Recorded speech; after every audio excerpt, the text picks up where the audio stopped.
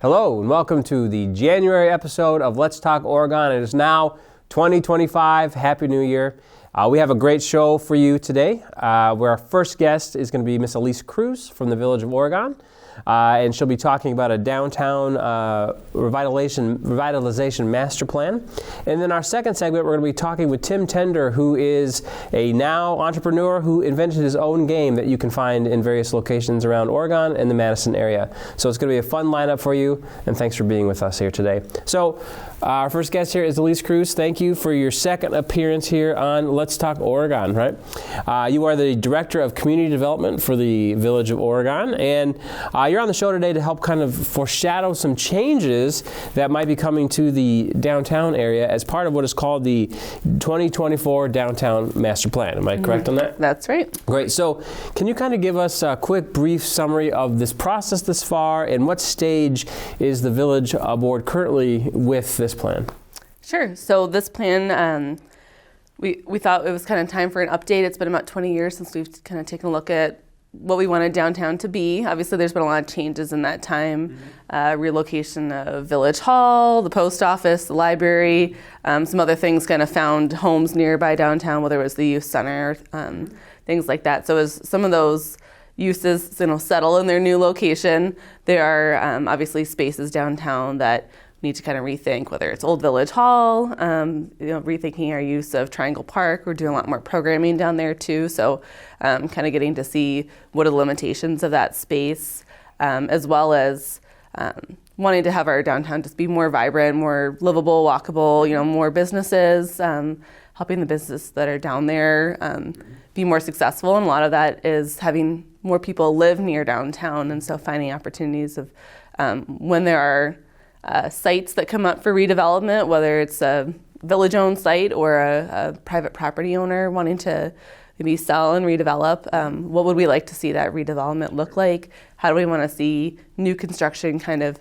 meld with the historic downtown and make sure it all kind of matches up nicely? So we started the process around June of 2024. We're working with consultants from Redevelopment Resources.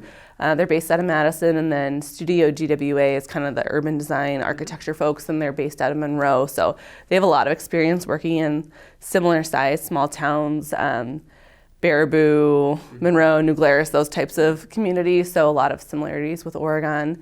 And they did a ton of community outreach. They were out at the art fair, they were at the Sounds of Summer, the community band concert, National Night Out, hearing from a lot of folks. And then we also did engagement with business owners downtown, property owners and residents downtown, as well as kind of some specific stakeholders, whether it was the fire district or the senior center, the school district, Gorman, other people who were kind of institutions downtown and are going to stay down there. So they got a lot of feedback from those folks as well. And then kind of wrapped it all up. We're kind of working on wrapping it all up with a bow now and summarizing what they heard from the community as well as their own kind of professional experience. So we have not adopted this plan yet. But so it's still a draft stage plan. It's not done rubber stamp deal or anything. But, But anticipate kind of later this winter we'll get this all adopted and wrapped up. So in reviewing the plan, which I did today, I spent quite a bit of time with it. It's also easily found on the Village website. It's not hard. You just go to the board minutes and it's in the packet and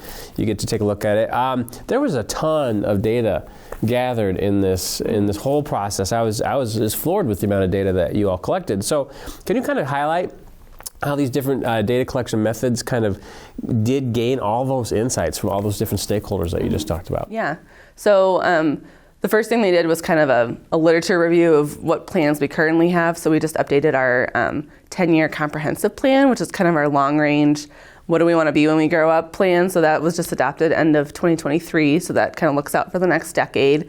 So it looks at population growth. It looks at how do we want to see kind of our land use, what are our goals for our community. So they pulled a lot of data from that, as well as other, our parks plan and other things like that. The community engagement that I talked about, all the kind of boots on the ground conversations with folks, surveys online or in person that were sent out. They summarized all of that, and then they also use, the consultants use a location-based data software called Placer AI. So it uses actually cell phone data to track, it's not individual, Mike Ducett was here at the Firefly and 3 days in a row or whatever. Yeah. But it's very likely. By the way. Yeah.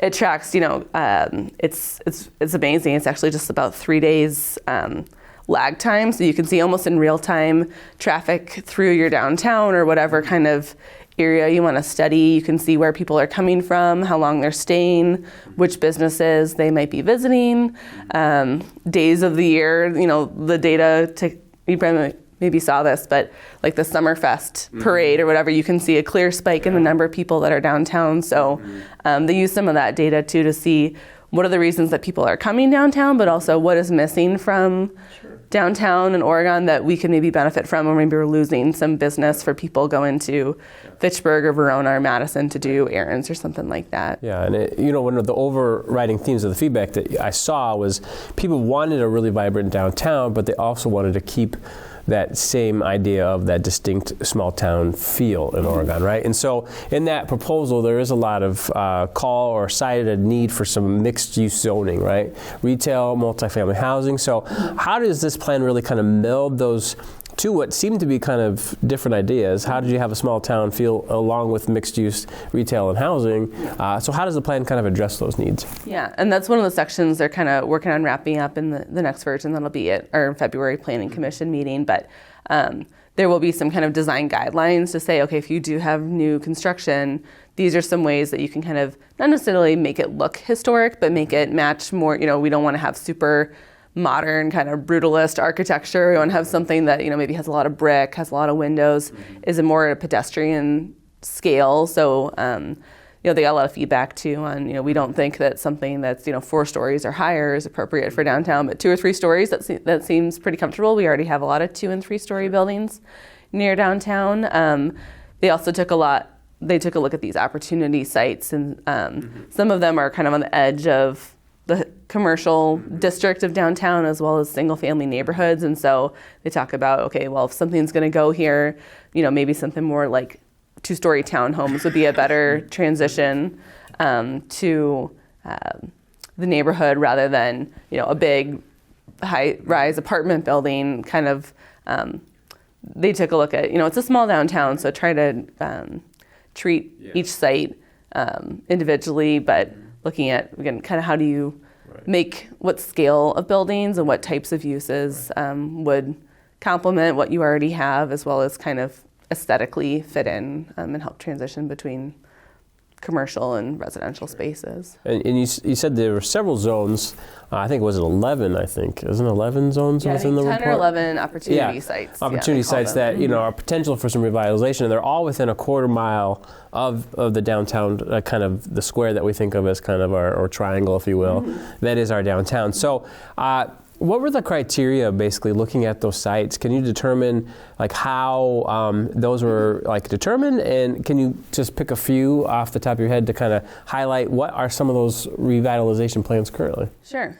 So they were a combination of, again, both privately and publicly owned sites, really sites that are underutilized, or like I mentioned, Triangle Park, they're sort of maxed out as far as when we have our community band concerts or Sounds of Summer. It's packed to the gills. There's no parking. People are, dancing in the parking lot and things like that too, kind of overflowing. And so those sites were kind of chosen as they're not the only potential redevelopment sites, but these are ones that are mostly underutilized or could be, just based on their location, could be better used. So one example is like the BMO Harris bank site, which they've got. It's not listed for sale. There's no interest in selling, but maybe when that opportunity comes up, it could be a couple decades down the road. That's a very large site, a lot of parking, a very suburban style bank for a pretty urban area, and so they in the plan show here's the potential. It's not this is going to be built today in exactly the way that we show it, but here's some things that could fit on this site. Maybe it's a mix of housing, maybe there's a mixed use or kind of commercial building right along Jefferson Street.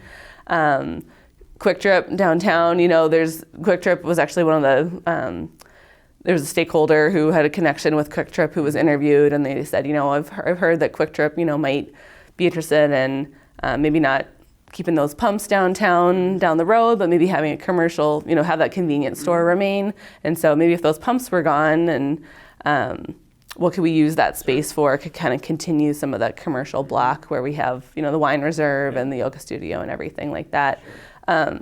The sites that are village owned that we really wanted them to take a look at were Triangle Park. I think, again, that's been used more. There's also no public restrooms available anymore now that Village Hall is sort of closed down, all the water's turned off and everything. So that was a need that popped up, and I think all of their concept designs show some kind of restroom, some kind of water feature, whether it's a fountain or some kind of interactive thing for families to do. And we wanted to try to make that a space that's more activated, even when there's not events going on. And then Old Village Hall, too, there was a lot of feedback.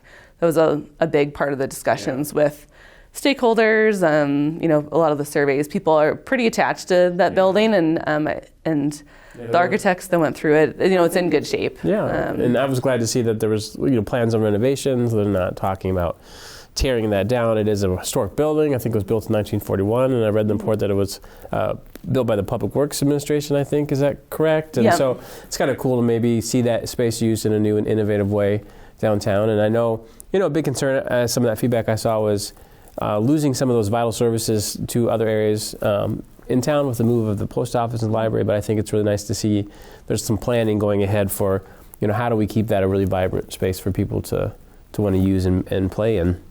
So what are your next steps in this master plan review? Like what's the time frame is the village currently working with, and can citizens of Village of Oregon still be openly involved in the process? So as I mentioned, we'll have kind of a final draft review at our February 6th Planning Commission meeting. They were presenting at our January meeting, and there was a couple sections they wanted them to kind of flesh out a little further. So depending on feedback from the public, as well as kind of where the Planning Commission sits, they might recommend that to the village board for final adoption later in February, or they might send them back to the drawing board to kind of make some revisions. And again, I think it did a good job reaching out to folks in kind of unique ways and being a lot more present as far as engagement last summer through all of the community events. So hopefully most people who wanted to participate got to hear and attend. But it's never too late, and all the public meetings, Planning Commission, Village Board are obviously all open to the public. So we welcome feedback. But so hopefully February, maybe March, these are wrapped up. And then some of especially the village-owned spaces, whether it's the park or Old Village Hall, I think we might start working into our capital plans as far as, for the park, what are some of the improvements we'd like to see, what are some of the approximate costs for those, and plan those out maybe a couple of years, decide, what kind of level of change we want to see over there. Old Village Hall, I think if we want to see some kind of revitalization, that's probably not going to be something that the village would do ourselves, but we would probably put out some kind of request for proposal to see, is there some, whether it's an art group or some developer who wants to, renovate this and put some money and investment into that space. Public-private partnerships there. Yeah. So that will be kind of initial steps. Other sites, we actually have one site that's on South Main Street, just south of the UW Health Clinic. There's actually a proposal now to do some senior affordable housing there. And so that's kind of coming right on the tails of this downtown plan. So we're trying to use some of the feedback and the concepts from this downtown plan that was one of the opportunity sites. I think it was site number 10. Take some of the, recommendations from the plan and say, hey, okay, work this into your, apartment concept. And so there might be other of those private sites that we need to, respond to, and we'll be able to kind of turn them to the downtown plan and say, this is what we heard from the community. If you want to be successful, this is kind of what you need to aim for. It's a really informative report. Like I said, you can find it on the Village website. It's very easy to find, and it's really detailed, lots of good renderings and some ideas of what they're talking about. And I think it's a great time to be a resident of Oregon, and a great time to kind of imagine what the future could look like in the not too far distance. So thanks for coming on the show today. I'm sure this will spur lots of great conversations in the community, and we appreciate you for sharing all this information with us. We'll be back after our break with our next guest, Tim Tender, who is the developer of the game 5x5. We'll see you real soon.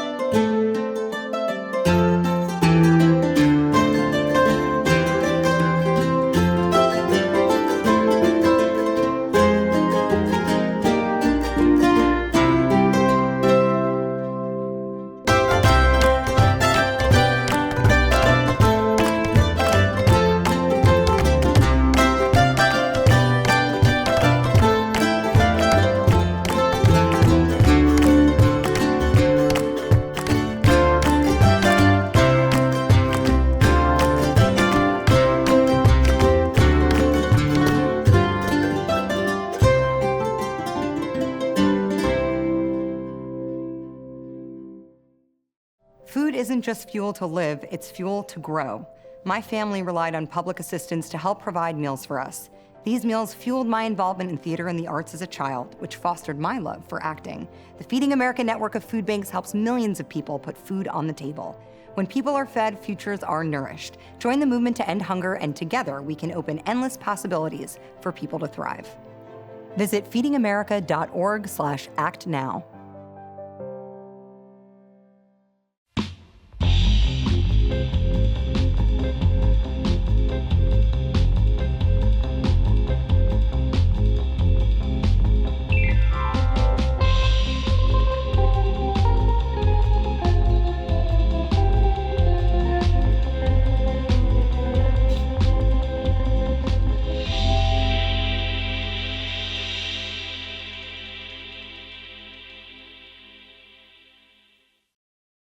Every day, thousands of kids start vaping. And I can't let this happen to my kid. Of course, it's awkward to talk to your kids about the dangers of vaping. Hey, bestie, how's sketches? Ready? It's hard to get their attention. Ready? Go. Yes. Look at that. You didn't even turn yours over. So if you want to talk to your kids about the dangers of vaping, you got to get it trending.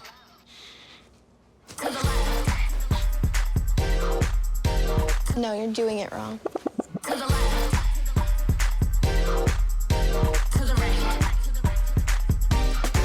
Let's go. Can we talk? Yeah, what's up? Visit talkaboutvaping.org for tips on when and how to have the vape talk.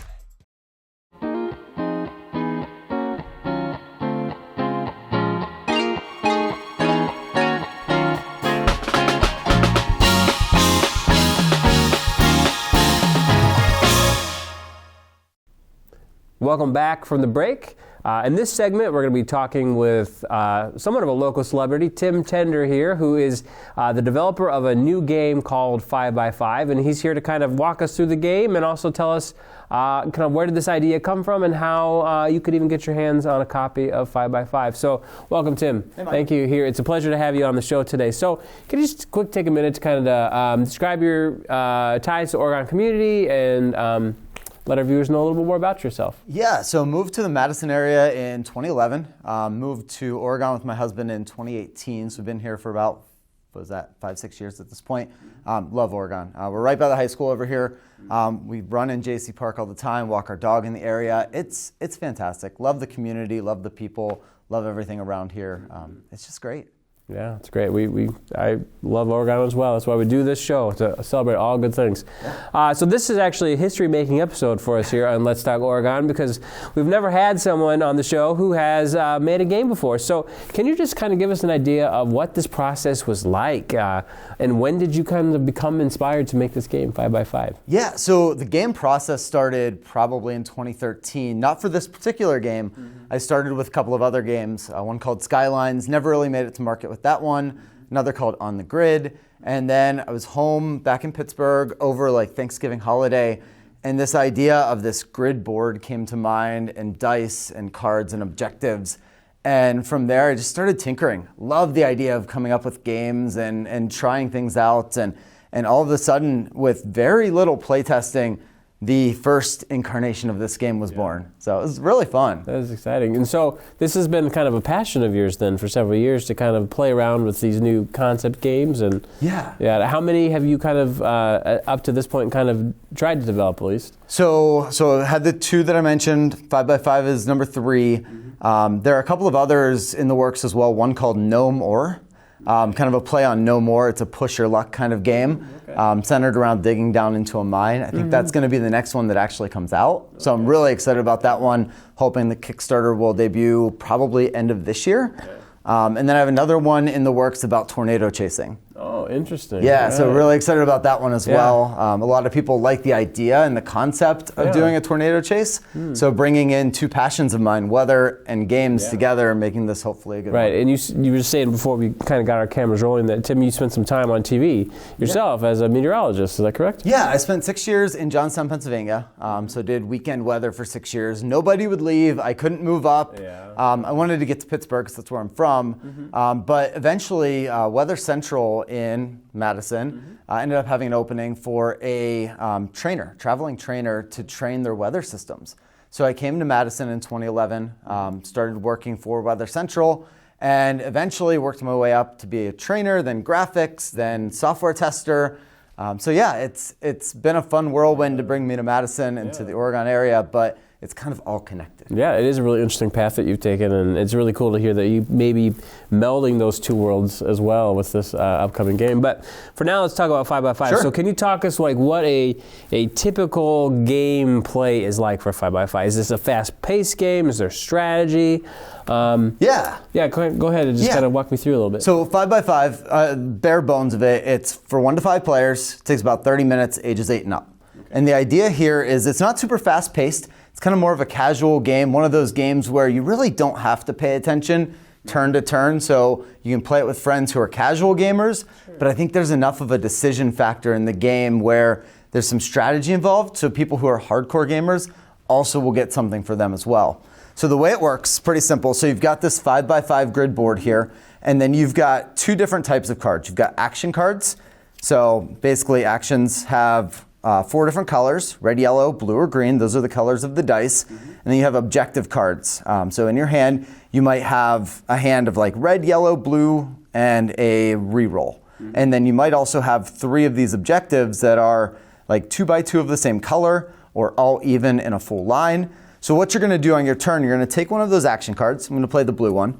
You play it, grab a blue die, you roll it, and then you place it somewhere on the board that's going to help one of your objectives. Now, if I had all even a full line, I rolled a 1, not going to help me all that much. But 2x2 of the same color, I can see an area right now where I have 2 blues. I'm going to put that there in hopes that maybe later on I can switch that green one out to become a blue. Okay.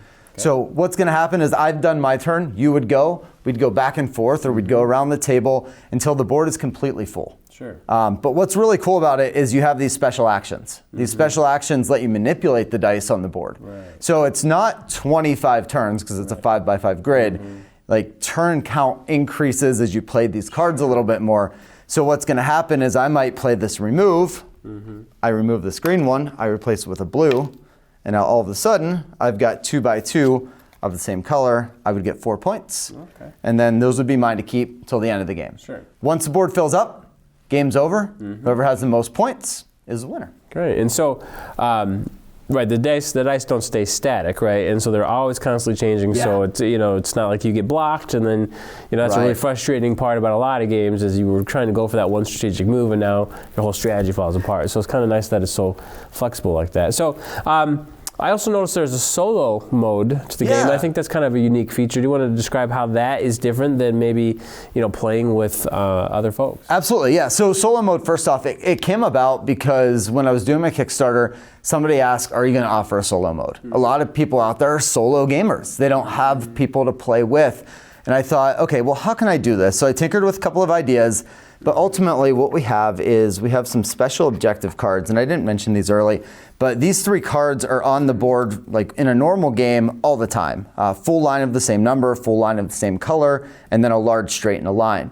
The way the solo game is a little bit different is the game still ends when the board gets filled, but what you're doing is you're trying to complete as many objectives as possible. But if you can complete one of the green objectives, let's say full line of the same number, you actually play the card, you get the points, and then you take every single die that's associated with that objective back off the board. And that's going to allow you to play more throughout the game, get more points, and eventually you can, if you're lucky enough and you get the right cards, you can go through all the objectives and get a perfect score. Sure. So in developing this game, it sounds like you've relied kind of heavily on this idea of a Kickstarter. You want to go explain for our audience what that really is? There's a lot of people that might not be familiar with what a Kickstarter is. So a Kickstarter is basically just a way to fund money for the game. I'm kind of risk averse. I don't want to put down a lot of my own money to do something like this because I don't know how well it's going to be received. I knew I had a really good game. I felt really good about it. People that played it really enjoyed it, but you never know what the market's going to do. So what you do is a Kickstarter, and essentially the way it works is you set up funding goals. My funding goal for the game was $12,500. I set a goal of 45 days. and I started it on Cyber Monday in 2023. Okay. So it ended sometime, I think, January, early February, do the math. But essentially, if I didn't hit that $12,500 goal, I would not get any money. The Kickstarter would fail, and I would have to go back to the drawing board, kind of rearrange some things, and try again. But if it succeeds, everybody who backed the project gets the level of reward that they backed. So for example, there was a reward for a print and play version of this, where you could print the game on your own. Okay. You wouldn't get the box, you wouldn't get the dice, but you would be able to print the cards, print the board, and kind of play it on your own. Okay. There was a single copy, there was a 2x copy, and a 5x copy for different pledge levels. Okay. So yeah, so you basically back the game, and I ended up raising over $15,000 and was able to get the game made fully in China, get it shipped over, freighted over to the United States. It's also available in Europe and across the globe, really. Like I have people playing in Australia, New Zealand. So it's super exciting. Yeah. So I noticed that, as I was kind of looking through the game, I think there's kind of a mix here. You said ages 8 and up, and I could even see maybe some kids who are a little astute, younger even playing, and there's a nice variety of the numbers and the colors, and a lot of maybe reinforcing some academic skills here. Because you kind of, if there's a parent at home looking to get those kids off the screen time, what are they kind of, what are the kind of educational skills you think kids can get out of this game? One of the biggest ones is counting. So not only do you have those like all even in a full line, you have, if I can find it, you have a card in here that is sum of a full line totals 10 or fewer, sum of a full line totals 20 to 24. So there are counting ones in here as well. And then obviously there's the addition factor at the end of the game where you're adding up all of your points to figure out who's the winner.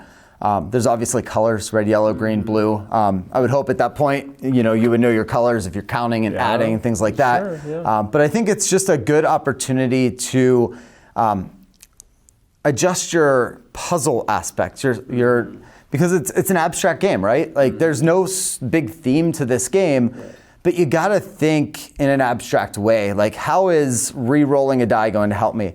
How is removing going to help me? There's a card in here called swap. So where you get to swap 2 dice on the board. So I can swap the yellow 1 and the blue 4. Like how are those things going to help the objectives that I have in my hand? Okay, it sounds like a fun, engaging time, and my family does a lot of game. I'll probably have to pick up a copy for myself. So now, how does someone now go about finding this game? If they want to go, purchase this, where would they go? How do they go about that? Yeah, so first off, Oregon has been incredibly supportive for this game. I posted on the Oregon Facebook channel, and the community support was overwhelming. So, thank you, Oregon, for coming out for this game. I had people ringing my doorbell basically for a week after that post. People were stopping up. I would leave copies on the porch and they'd come in and Venmo me. So that was amazing. And I'm still doing that. If you find me on Facebook, do the Facebook Messenger thing and you can reach me there.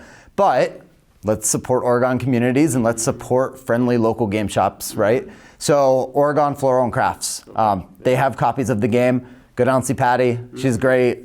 She'll hook you up with a game. Also, Gemini Games was one of the first ones to actually buy the game from me and sell it in their stores. We did a demo there as well. We've got Pegasus Games. We've got I'm Bored. I'm doing a demo at Game Haven in Wanakee. So a lot of local shops. The Regal Find, a consignment shop over in Middleton, also has the game. So if you're looking for the game, it's out there. If you're going to a place where you find games and it's not there, ask the people. Yeah, because that would help out as well. Word of mouth is fantastic. Now, ultimately, what would be your final goal here? Would you like to see this game sold at big box stores too? Is that kind of what your ambition is? Is there a process for that you're beginning to work through? So it's really hard at this point to get the game out there.